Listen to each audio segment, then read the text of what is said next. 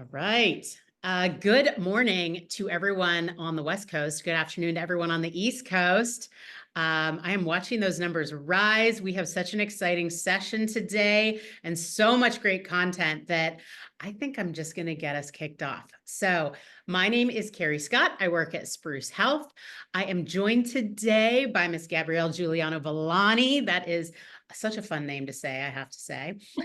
And for those of you who've met her before, you are in for a treat. A few months back, she talked to us about Medicare and her accomplishments on that front. And so you can always check out that content on our blog. But today we're going to be talking about mastering insurance audits, a real guide for therapists. And this is another topic that Gabrielle is well versed in. I'm so excited to dig in on this. I'm going to give you a quick look at our agenda for the day. So we're going to do just a real quick intro on who is Gabrielle, what is Spruce for those of you who are new to us, and then we're going to get into the meat of it, and we're going to talk about documenting medical necessity, essential documentation practices, preparing your staff for audits, red flags that may attract auditor attention, balancing clinical notes with insurance requirements, the technology tools that will help simplify the audit preparation, and then those post-audit steps and addressing findings and implementing changes. With respect to questions, we may try to take some along the way if they're very relevant to the content that we're talking about at the time, but otherwise we're going to carve out time at the end to answer as many as we can, so don't fret. Also, this session is being recorded, so if for some reason you miss something or you have to drop early, don't worry. I will be sending a link to the recording shortly after we wrap, so you won't miss anything and you'll be able to go back and tune in again if you like. Let's see here. Next slide. This is just a quick look again at what we're talking about today. So it's really some practical insights in how to confidently manage an audit and still maintain a thriving practice.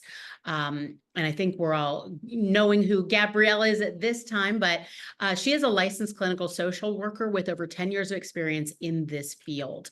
She specializes in burnout prevention, training other professionals and companies on how to manage burnout in the workplace and create a culture that encourages employees to thrive. And as I mentioned, she's also a master when it comes to Medicare and mastering an audit.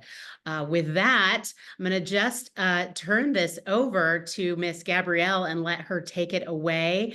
Thank you all so much for joining. And again, drop those questions in because we have time for most of them, hopefully. Fingers crossed. Let's get to it.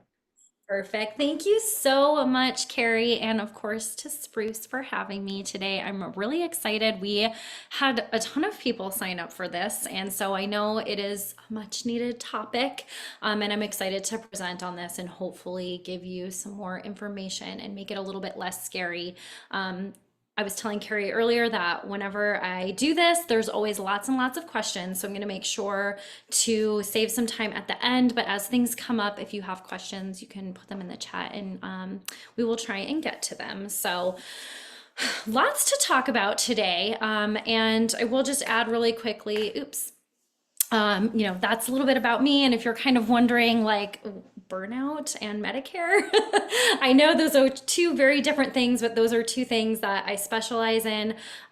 So I built a group practice in Colorado, and I scaled that to 7 figures, really using Medicare and Medicaid. And then I sold that in 2021 because of my own burnout. And so since then, I've shifted and I kind of do two very different things, which half of my job is running retreats, doing training, talking about burnout prevention from a nervous system regulation lens. And then the other half of my business is this. I help people with Medicare, Medicaid, documentation, compliance, because I ran such a large group practice that took Medicare and Medicaid, had been through tons of audits, and I also consult and train group practices, solo practices, and mental health tech companies on compliance. So all that being said, let's do the damn thing.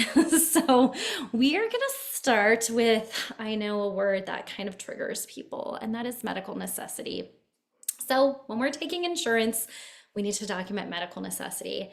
And how I kind of think about this is if I go to the doctor, they have to do the same thing, right? So from a therapist perspective, we know that our clients need us. We know that they are depressed or anxious, or they're going through something, or they're healing trauma, and they need to see us every week. But the dude who works on the back end of United Healthcare has no idea what CBT is. They don't understand. So it's our job to explain that. So if I go to the doctor, right, and I don't know, my ankle hurts, and I mean, if my ankle hurts, my doctor isn't going to be like, you know what? She needs some labs to check her thyroid, right? Like that doesn't make sense. But he might say, well, maybe we should get an x-ray and figure this out. It's kind of the same thing for therapy. We need to talk about why clients need what they need. And it can't be just because it's convenient and we need to make money, so I need to bill 20 sessions every single week. That's not why. We need to talk about how what we're doing helps clients with their diagnosis and how it's helping them not get to a higher level of care, why it's appropriate for their diagnosis and their functioning, and how to get them back to their baseline, essentially.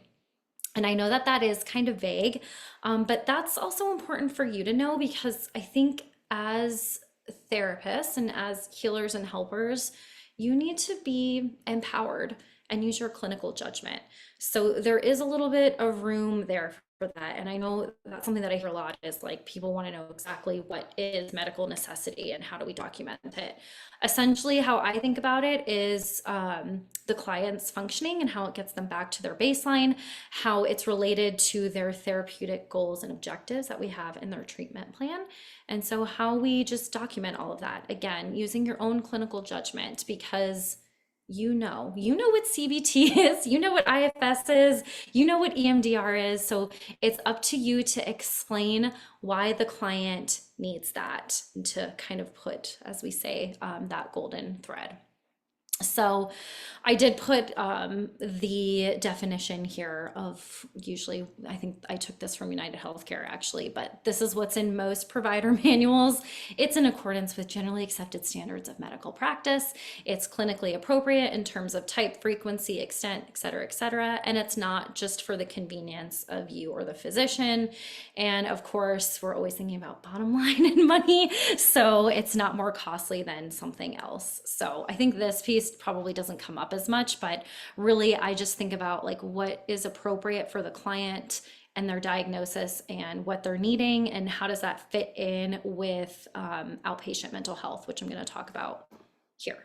So when we're thinking about just normal routine outpatient mental health, it's reducing or alleviating the individual's symptoms, returning them to baseline or improving their level of functioning, and or preventing imminent deterioration that would lead to higher admission to a more intensive level of care.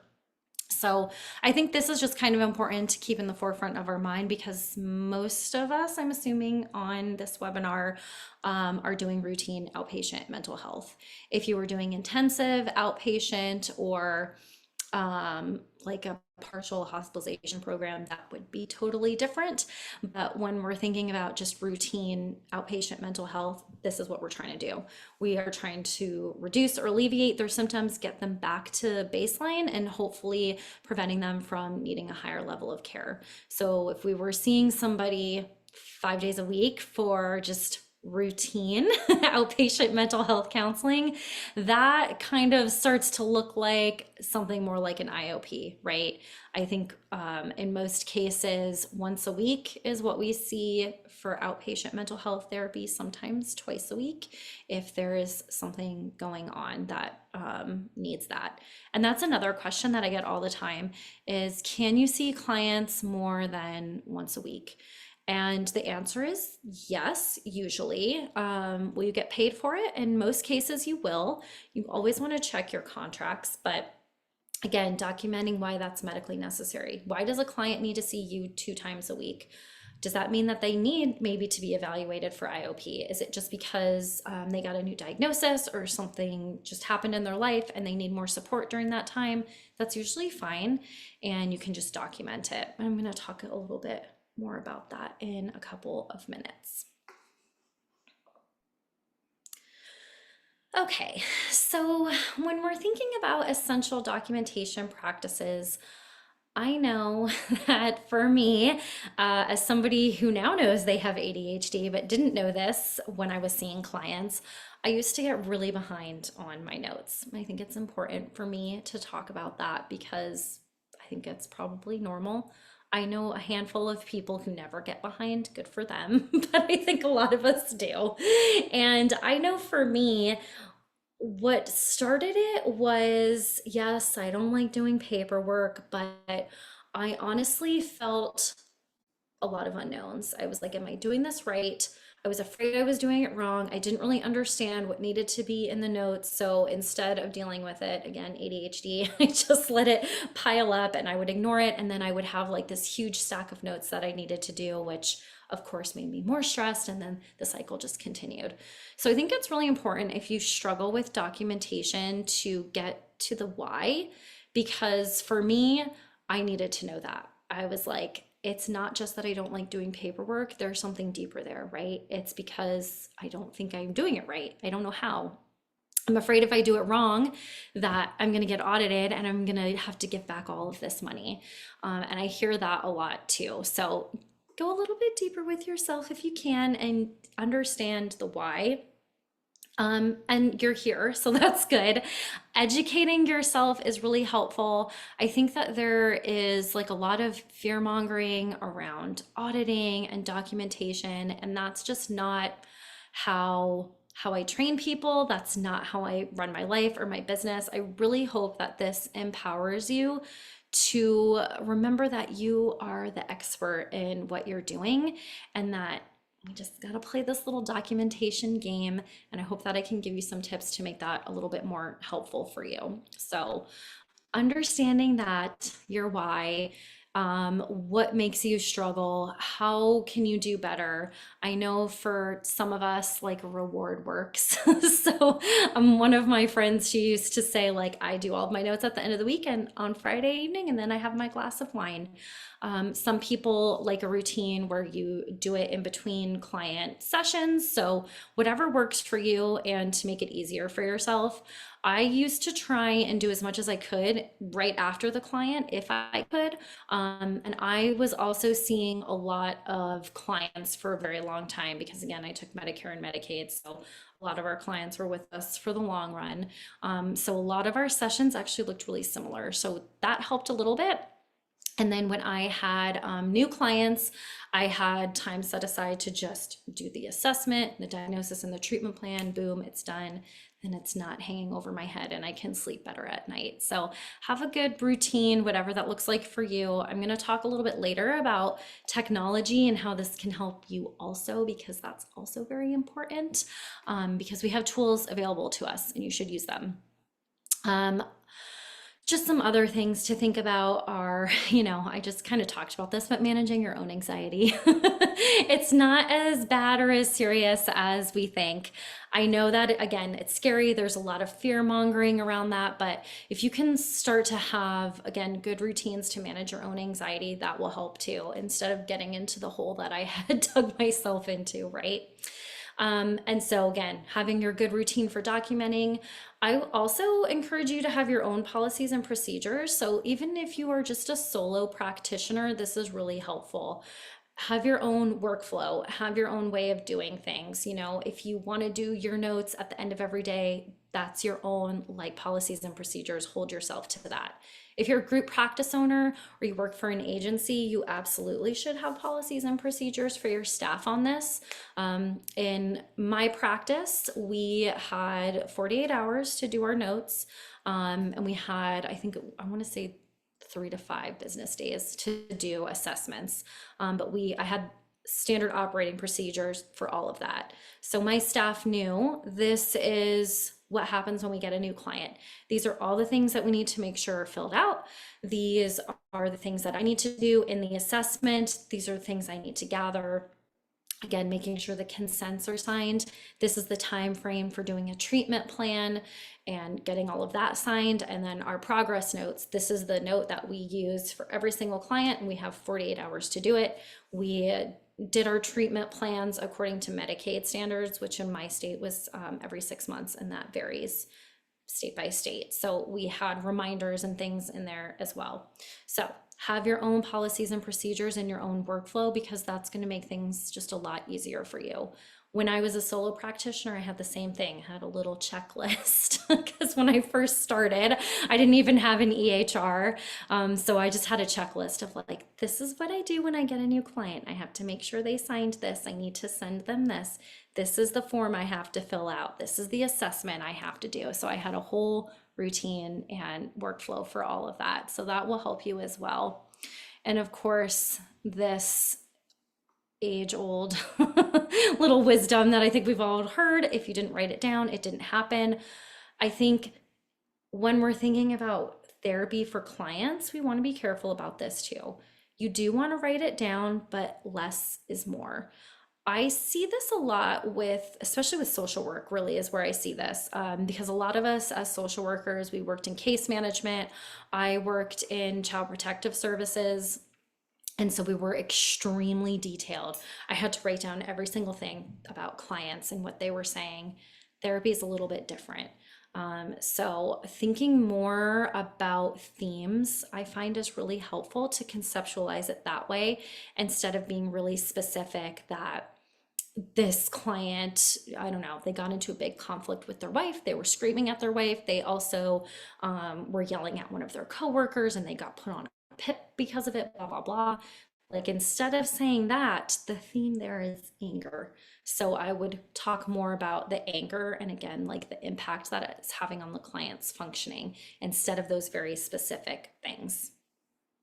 So we want to be vague, but not too vague, because we need to know a little bit about what's happening, but we don't need to know every single detail about the fight that that client had with their wife. So making it easy, use an EHR, use other technology things that can help you. Have a workflow, have your own policies and procedures. I have a note template, which I have the link at the end. That's mostly check boxes. Just make it easy on yourself. Don't overthink, just do it. All right, switching gears a little bit, because I talked about that for kind of a long time. So preparing your staff for audits. I already mentioned this, but I'm going to say it again, because this is one of the things that comes up time and time again when I am doing business coaching for therapists. They don't have standard operating procedures. They don't have policies and procedures. They are just kind of winging it because nobody taught us how to run a business. So when I'm working with group practice owners, and larger agencies on this, it's really important that you have a standard operating procedure. This does not mean that you are like some jerk CEO. It just means that you are running your business efficiently and successfully and making it streamlined, because people, they need to know what to expect. Your employees need to know what to expect, and you want to have all of that written out very clearly for them. So I just kind of explained how we had the process for my therapists. This is what you do when you get a new client. These are the things we need to make sure they have signed. This is the exact note template used for the assessment. Make sure this is signed. Make sure the treatment plan is signed by you and the client, because we took Medicaid and we needed to do that. This is when it needs to be completed. This is the time frame that your notes need to be in. I also, as my practice grew, noticed that there were some other things that people didn't understand. So I added those in my SOPs as well. And that was CPT codes. And so again, like, to me, I did all the billing from the very beginning. So I'm like, I know what a 90837 is, a 90791, blah, blah, blah. I knew all of those things. But for my staff who are maybe coming from case management, or who, they had never billed before, they don't know what that means. So sometimes they coded their sessions incorrectly. So I made sure that I had that in there. A 90837 is 53 minutes or more. We need to show that it's that. A 90834 is this to this. So I had all of those in there as well. And then the other thing that, again, I noticed as we got a little bit bigger was diagnoses. And so sometimes people would use Z codes. And again, they maybe were not trained on that. It was my job to do that. So That was another thing I added in there. We don't bill for Z codes because they're not reimbursable from insurance. We use F codes. These are the codes that we generally use. I think another question that I get asked a lot is about diagnoses, and if people have more than one, what should we put on there? Should we put all of them on there? I always think put on, or attach to the client their diagnosis that is the one that you diagnose them with and that you are treating them for. So, yes, somebody might have dementia. We saw this a lot with our older clients. They have dementia, but I wasn't treating the dementia and I didn't diagnose that because I'm not able to do that. I'm a therapist. So if I have dementia on there, then I also have to write a treatment plan for that. So I always think put the diagnosis that you are treating them for, that you're helping them with, and things can change. So having those clear SOPs for your staff, having consistent training for them. Again, we need to remember that we think differently than other people, right? Like for me, I was like, oh, I always did all the billing. I'm the one that has all this knowledge. Everybody else knows that. That's not always true. So you want to make sure that you are giving training to your staff on, documentation, on all those things that I've already talked about, how to document, diagnosis, treatment plans, all those things. If you need help, then contact me because that's part of what I do. Make sure they have support. Again, your staff might also be feeling overwhelmed. They might also have a pile of undone notes. And, that's something that you need to address with them and make sure that I think that you just have the support in place to help them because we all work differently. And I think that's really important too. That's a totally different topic. But if we're thinking about inclusivity. If your staff are neurodivergent, they might think differently than you do. And how can you support them in completing their notes? Because fortunately, that's part of the game that we have to play to make sure that we do that. Because if we didn't write it down, it didn't happen, can't bill for it. So I think prevention and being prepared are key. I was always transparent, with my staff. Like, we take Medicaid audits. This is what we need to have in there. It's not just me being a pain in your ass saying that we need to do all of these things, that your notes need to be signed within 20 or 48 hours. It's because that's what CMS and Medicaid in our state says. And that's why I'm asking you to do this, because if you don't do it, this is what could happen. We could lose our contract with Medicaid, worst case scenario. We could get money clawed back. And also, we're not just documenting for insurance, we're also documenting because we are obligated to by our boards. And if a client, God forbid, grieved against us or something happened, we just don't document for insurance. We also do it for that. We would need to show what is happening, or if we got subpoenaed, or if the client is on disability or FMLA. Like, there's a lot of reasons why we document, not just for insurance. So that's the other thing that's really important piece for this. I also think if you are a group practice owner or if you work for an agency, consistent chart audits are helpful. I do mock audits for group practices. So you can, again, I can help you with that. Or, as your clinical director or your supervisor, make sure that you're consistently looking at charts. Again, that will help you be prepared. People don't know what they don't know. And so you might need to go in and again, just give some education about that. And I always looked at this again, more from prevention and education, not like, you're bad and you're doing things wrong and I'm going to be breathing down your neck. No, it's just to make sure that we are providing good care for clients and that you are doing a good job. And we are just consistently looking at that because that's part of what we need to do.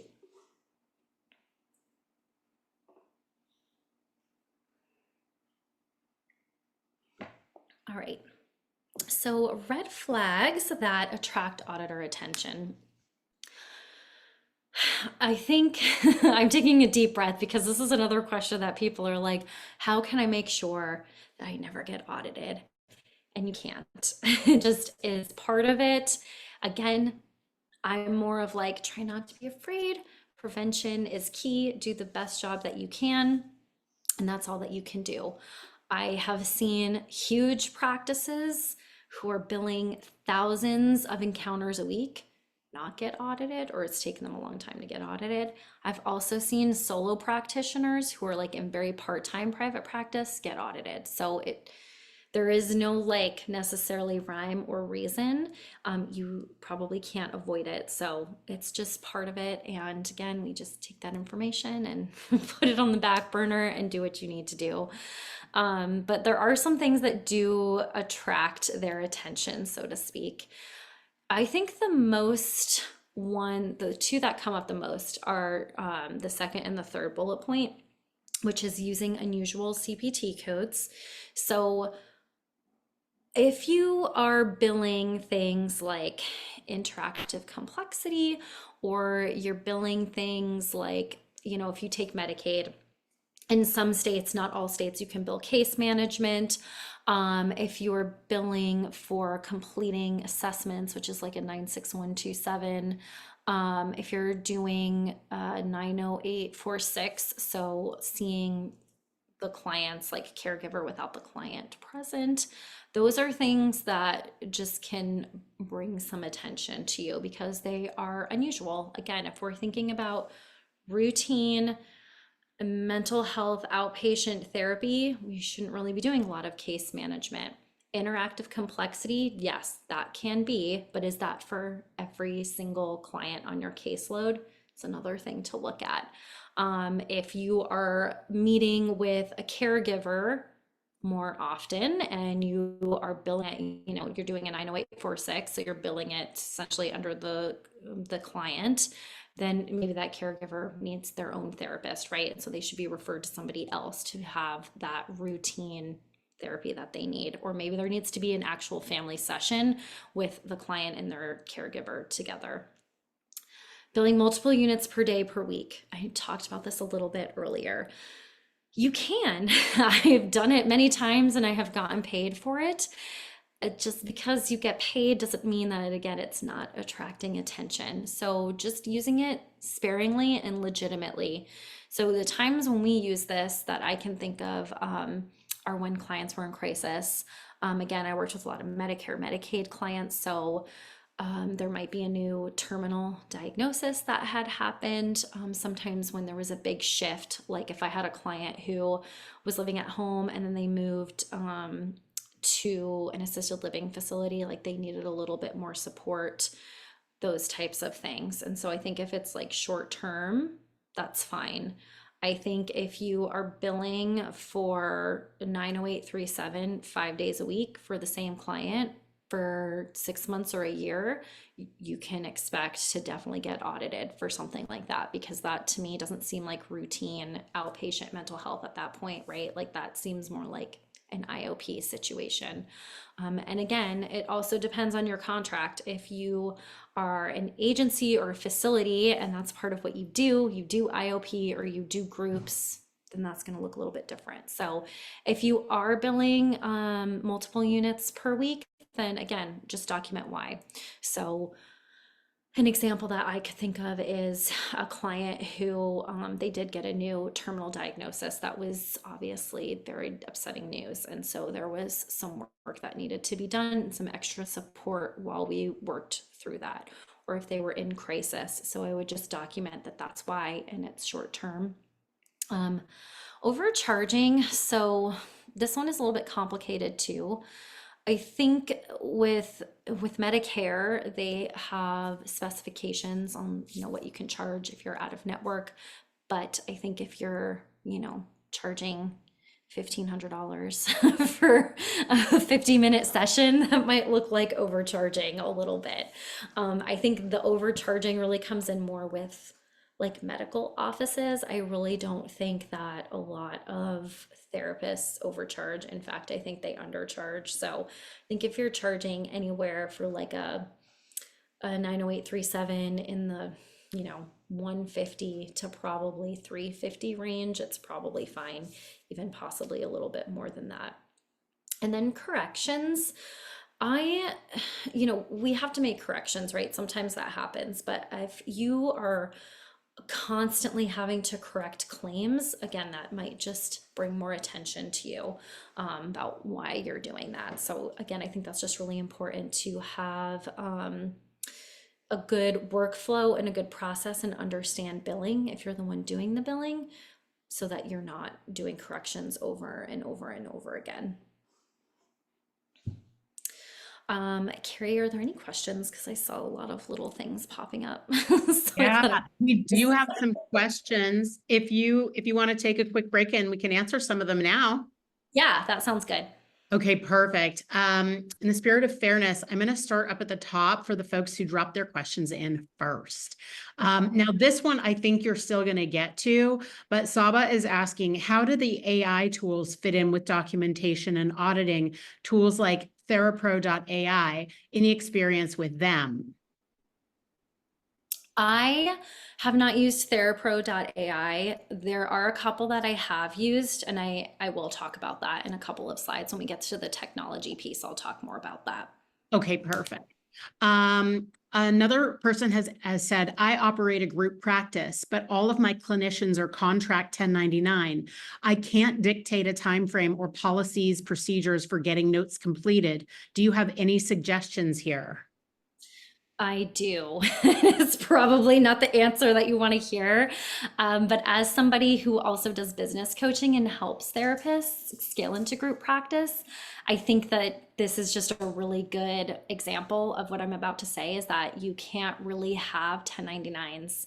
You can, but it's difficult because of things like this. So, because of especially the rules that just changed in March, I think it's very difficult to have 1099s. So you can put it in their contract, but yeah, you don't have control over that. And so that's just a big risk and liability that you might be opening yourself up to if you do get audited, since you don't have any control over that. So that's again just something to take into consideration. If you're going to use contractors, then you can't tell them what to do, and you could be opening yourself up to liability and recoupments potentially. Interesting. Quick question from me on that front, just out of curiosity. Is it the group practice owner that's on the hook for that audit, or the individual whose work has been less than satisfactory? That is a really good question, Carrie.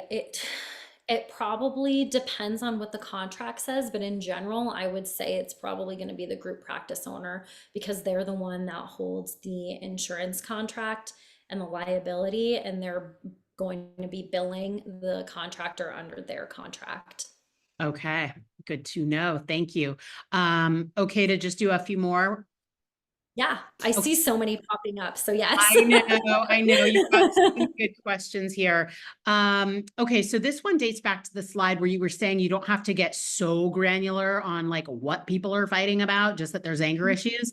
But Zoe is saying, aren't those specific things like fights with a partner part of medical necessity? I have a hard time knowing what to put in a note. Yes, so that's a great question and great point to bring up, because I'm going to go back to what I said about conceptualizing the theme. So yes, that information is important for medical necessity and to talk about, why the client is there, but I don't think that you need to say, Carrie and her husband Joe got into a really huge fight last night because Joe was late picking the kids up from school, and Carrie was really upset about it. And she ended up throwing a glass at the wall next to Joe's head. And then he started yelling. Like, we don't need to know all of that. We just need to know maybe Carrie could work on her anger a little bit. And so, again, I go back to conceptualizing the theme.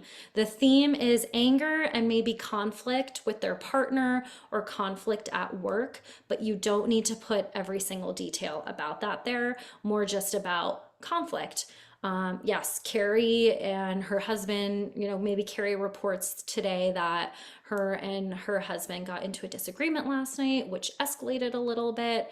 And again, how does that impact Carrie? Okay, her and her husband continue to have these conflicts because Carrie can't manage her anger. So we're talking more themes and like broader than very narrow about all of those little details.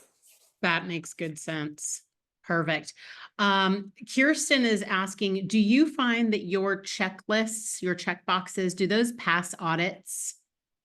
They do, and they have. So they passed a Medicaid audit for my group practice. I just had another therapist tell me that they passed a Medicare audit at 100%. So they do pass, but you still have to write a narrative. So the entire thing cannot be check boxes. You still have to write a narrative in there. And so my note template has check boxes, and then it also has a space where you still need to write something. Okay, perfect. I'll just do a couple more and then I'll let you keep going and then we'll go back. Okay. So Shannon was asking, and this was a couple slides ago, I think. She said, to clarify, are you saying that in an intake assessment, we can/should document any diagnosis a client meets criteria for, but in the treatment plan, we should only include the diagnosis or diagnoses that we are actually treating in therapy? That's how I do it. I think I always asked in my assessment what other diagnoses clients had. And so sometimes they would say things like dementia or any medical conditions, because again, we worked with a lot of people who had chronic illness. So I would document all of those things, but then I am only putting in what I diagnose the client with and what I am treating them for. And so sometimes I would make a note about like client has previously been treated for, I don't know, depression and anxiety, but at this time meets criteria for PTSD. And so the PTSD is going to cover the depression and anxiety. So that's what I'm going to do my treatment plan for. Okay, perfect. And here's one more. Barbara is saying that she uses F codes for diagnosis, but she'll add Z codes for clarification. For instance, if I used F43.23 adjustment DO mixed, I might add a Z code like Z63.0 problems in RX to describe the situation they're adjusting to. Is that okay? I think it's okay if you want to do that. I think it's just making more work for yourself. But if that is your process and that helps you, then you can do that because you're not going to be billing for those Z codes, I'm assuming. I wouldn't put them on the claim because you could definitely get some rejections or denials, and that'll just make things really complicated. But if that's helpful to you, then you can do that. I usually would just, put adjustment disorder mixed, and then, in the treatment plan, put relationship issues, conflict at home, whatever, grief and loss, whatever it Got it. is. Perfect. Okay, should I let you keep going and then we'll circle back? That sounds good. Okay. Okay, perfect. Awesome questions. I love when people are engaged. So, and I hope you're finding this helpful. So let's keep going. All right, balancing clinical notes with insurance requirements. So again, I know I've said this, but it's just kind of a little bit of a game, right? When you take insurance, this is part of what we have to do. It's part of the paperwork. But again, I'm going back to what we just talked about. Less is more. Yes, thinking more about themes. I think that really helps. Again, not specific about, Carrie and Joe were fighting about the kids being picked up late and she threw a glass at his head and blah, blah, blah. Like, the client's going to tell you all of that, but it's your job to take out these little pieces and think about, if I was working for an insurance company and I was reading these notes, what would I need to know? I don't need to know every single granular detail about the fight that happened with Carrie and Joe. But what I do need to know is that Carrie is in therapy for her anger, and how is that impacting her functioning? How is therapy helping her? That's what, Joe Schmo at the insurance company needs to know. So I also think it's helpful to take yourself out of it a little bit if you can and think about it more objectively. What does the dude at Humana or Anthem or United Healthcare, what do they need to know if I was getting audited to pay this claim? How are they going to understand the client's functioning? All of those little details are going to be like this huge long thing. We don't need that. We just need to know, how is therapy helping them? So how I think about this, and I know that everybody has a different way. Some people like DAP notes, some people like SOAP notes. Again, I have my note template, and then I have a different training where I talk more in depth about what to put in your notes and your treatment plans and all of that. But generally, what I think is helpful to do is to think about how the client showed up today. How did they present? Were they angry? Were they crying? Did they have a flat affect? Did they not want to talk?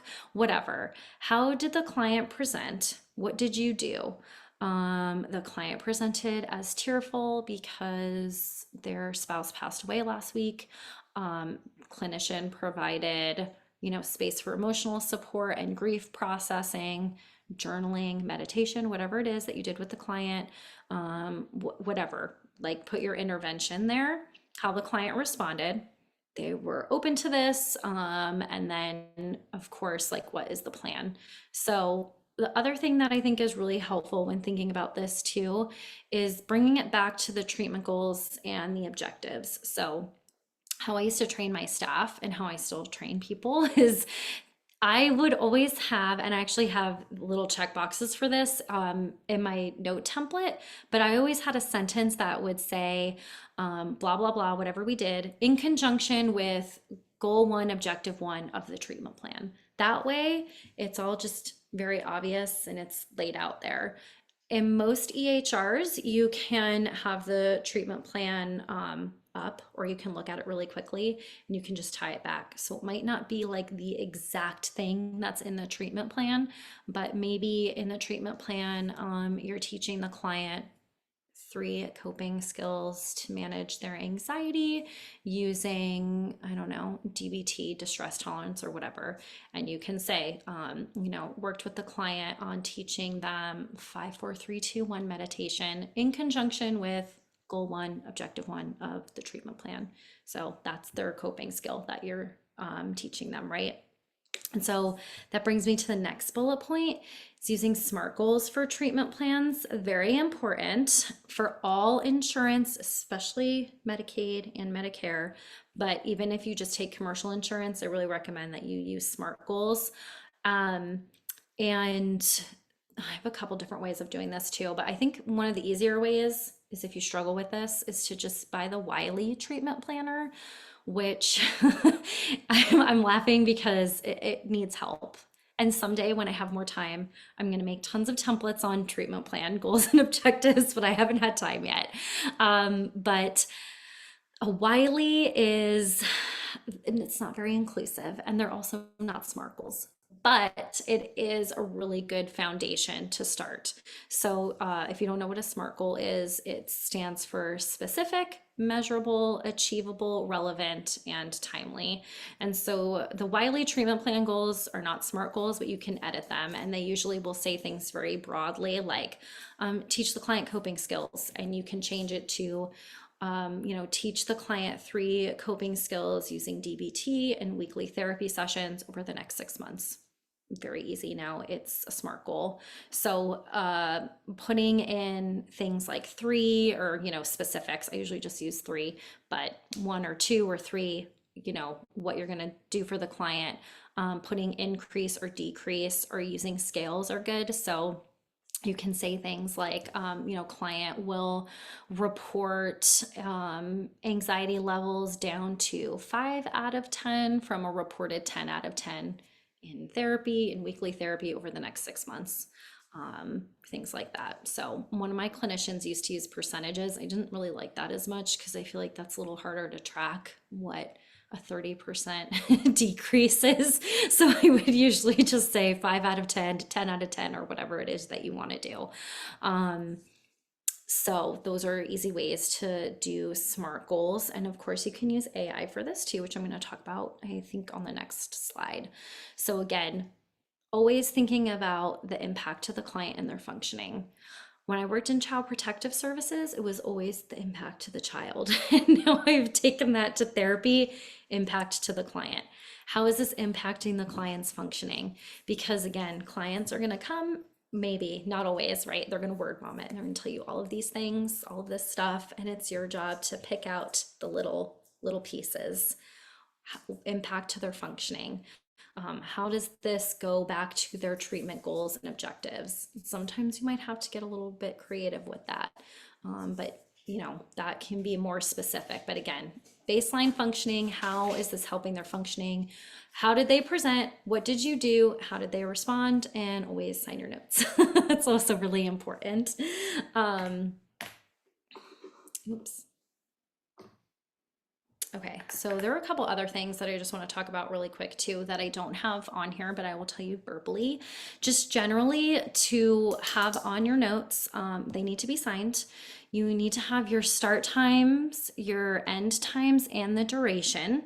So those I know are like redundant because if you're like, if I put 1 p.m. to 1:53 p.m., it's obvious, but that's what they want. The duration, the location. If you are doing telehealth, the client needs to consent to telehealth every single time. So that's another thing that people miss a lot, and that's more with Medicare and Medicaid. But again, I just had a checkbox for that. You want to have the CPT code, the client's demographics on there, their diagnosis. And again, if you use an EHR, most of this stuff is on there. And then the medical necessity, again, the plan. If you're doing Medicaid or Medicare, they also really like to know, which we can't, we don't know this, but they want to know, like the prognosis. How long is clients going to be in therapy for? So I have like an estimated discharge timeline, and you just do your best guess, right? And you change it if you need to, but they want to know that too. And then you write your note. And then the plan, if you are discharging them, if they're coming back next week, what does that look like? Any referrals that you made, and any changes to medication. So those are all kind of like the main components of everything that I've talked about there. So now, using technology. So a lot of us use AI or thinking about using AI, and I don't think there's anything necessarily wrong with this. I do just think it's still really important for you to have an understanding of this because it's part of what we do and part of, you know, ethically as a therapist, what we need to do and how we provide client care. So, but that doesn't mean we can't use things to make our lives easier. So if you're going to use something like ChatGPT, or Claude is another one that I use a lot, do not put your client's name in there. Do not put any personal health information in there. Super, super important. I think like using Chat GPT, you could build out a GPT that does it for you. The one that I've used is Berries, and I have found that it's pretty good. It actually does a really good job. It does record it, so that's something to know, but I have met with them because I take this really seriously, of course, and they shared everything that they do on the back end. It's deleted immediately, all of these other things. So that's something that you can try doing. I think they have a free trial. If you want to reach out to me, like we'll have my contact information. I'm very easy to find. But if you want to message me on Facebook or LinkedIn or send me an email, I can share that information with you if you want to do that, because again, like, use things to make your life easier. You can ask ChatGPT to write you a treatment plan for anxiety using SMART goals. You can say, write me a treatment plan for depression using SMART goals, whatever it is that you want to do. So, and they actually usually write pretty good ones, and you can go in and edit it as needed. So you can use AI. I just still, I go back to also, like, I have a lot of group practice owners who I do trainings for or consult with, and they have concerns with their staff about using AI. So I think that's up to you to have a policy about that and to still train your staff, right? On these are the things that need to be included in a note. And this is why ethically you do need to know these things to provide good client care. Documenting is part of providing good client care. It's part of what we do. You can also use my note template. If you use Jane EHR, it's actually already in there. So if anybody uses Jane app, if you just search GJV, it'll come right up. Otherwise, you can buy it and you can put it into your EHR. Or if you're somebody that still uses pen and paper, you can do that too. And then using an EHR. So I still work with a lot of people who don't use one or who don't want to. And you don't have to, but I do think if you're a solo practitioner, I know that it's another expense, but it will make your life a lot easier. Then you won't have piles of paper everywhere. Everything is streamlined. If you do get audited, it's very easy to just download and send it, all of those things. And plus, EHRs have a lot of tools that make things easier too. They will tell you if you have missing notes. They will tell you if you have a treatment plan that's due. You can use load previous note, I think, in every single EHR that I've ever looked at, which is a lot at this point. I've used a lot. You want to use things like that to make things a lot simpler. It'll have the timestamp on there of when you signed and dated your note, because that needs to be on there. Some Medicaid also wants to know when the note was entered. The EHR does all of that for you. So invest in an EHR, because I really do think that that is worth it. And again, I'll just streamline and make your life a lot easier. So I'm going to talk about post-audit steps here, but I also just want to briefly mention like what happens when you do get audited, because people ask me that too. Because I know it's scary. So of course it depends. Usually you will get a fax or an email. You might get something snail mail, especially if it's Medicare, but it does depend. And it depends on the type of audit, because there's all different types of audits. I can tell you in Colorado, Medicaid does I think it's called a 411 audit, and they take way more than this, but allegedly they take 411 charts and look at them. And maybe it is that much, I don't know, but that's like a pretty common audit for something like Medicaid. And again, we were using my check boxes. It did pass an audit. It's passed lots of audits, but you still need to write something in there. So Medicaid in Colorado Access specifically, they emailed me and they said, these are all the charts that we're pulling.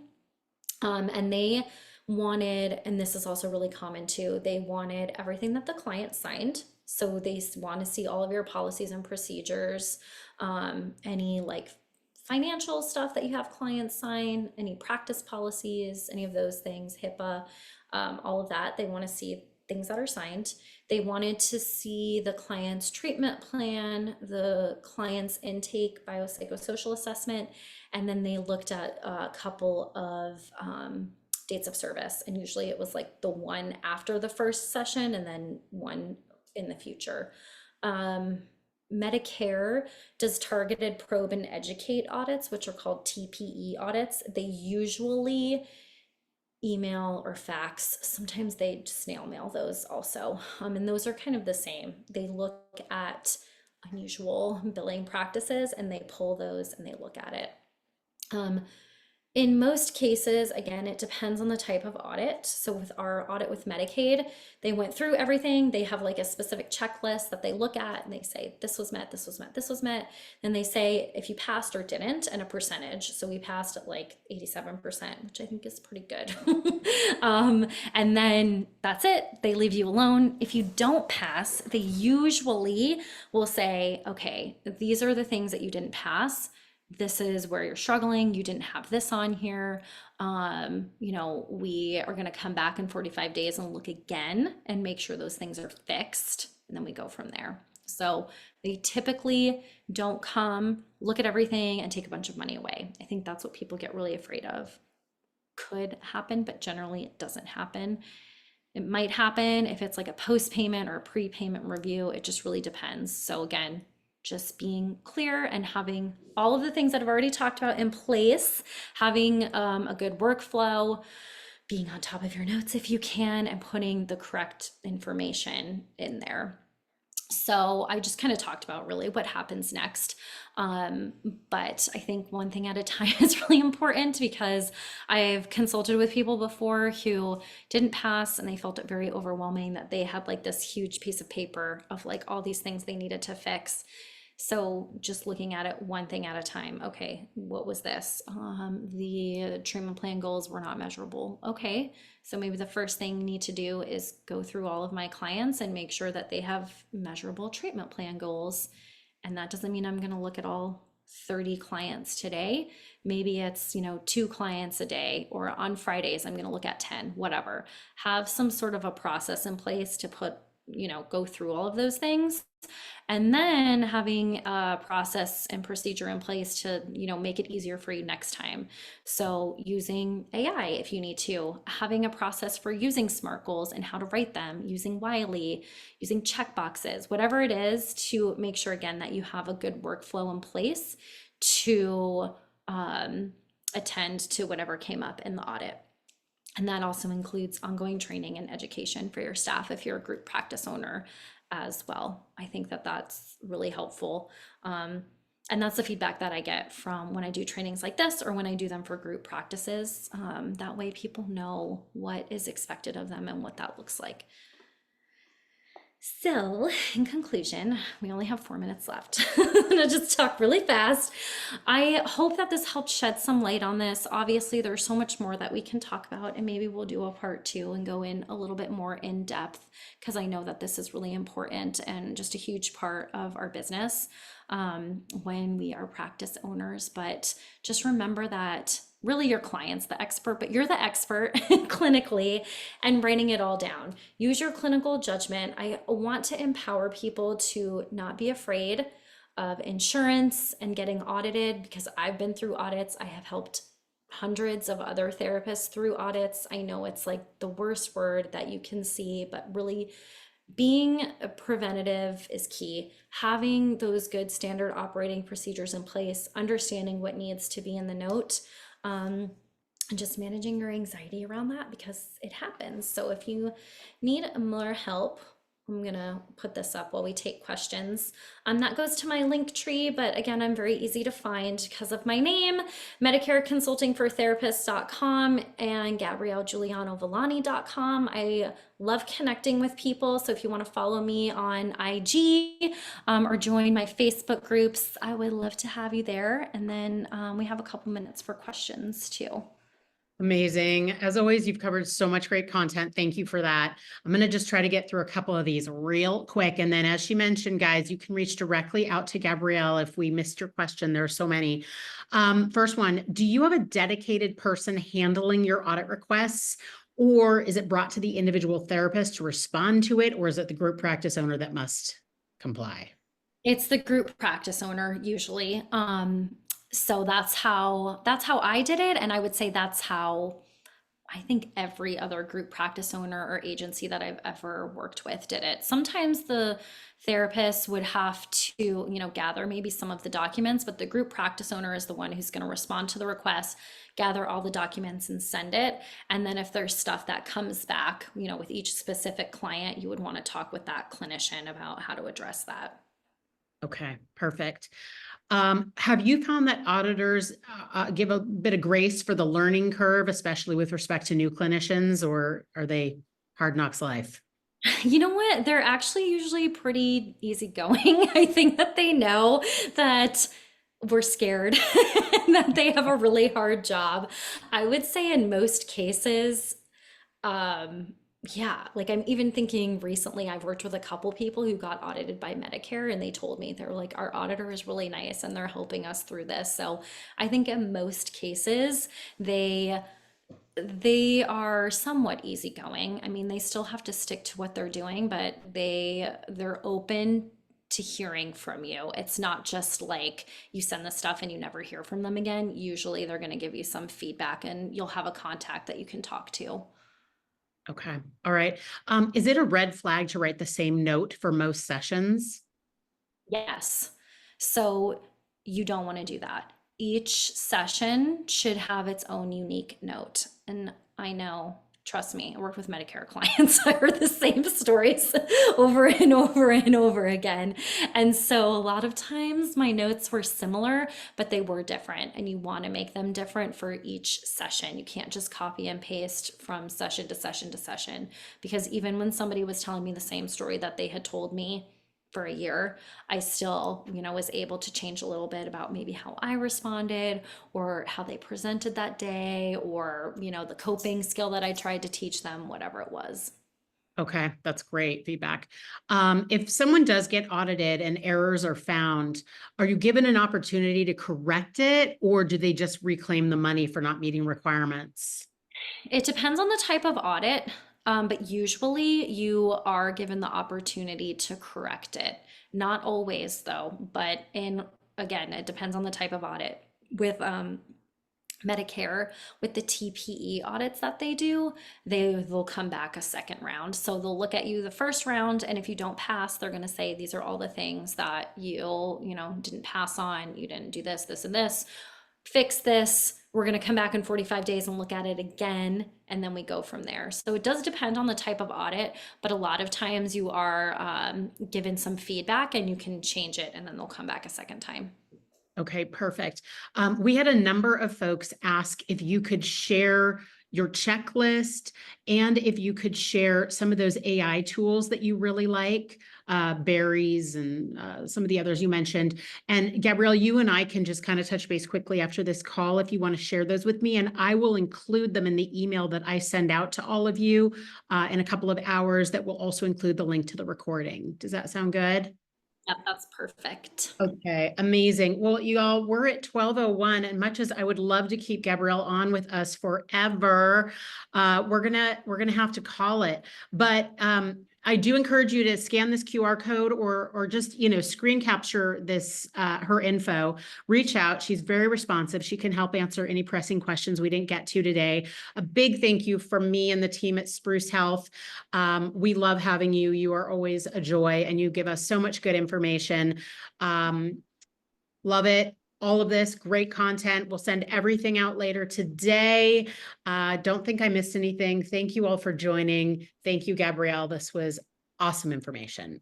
Thank you so much for having me. I'm so excited that so many of you were here live, and all my information is there. So feel free to reach out if you've got questions.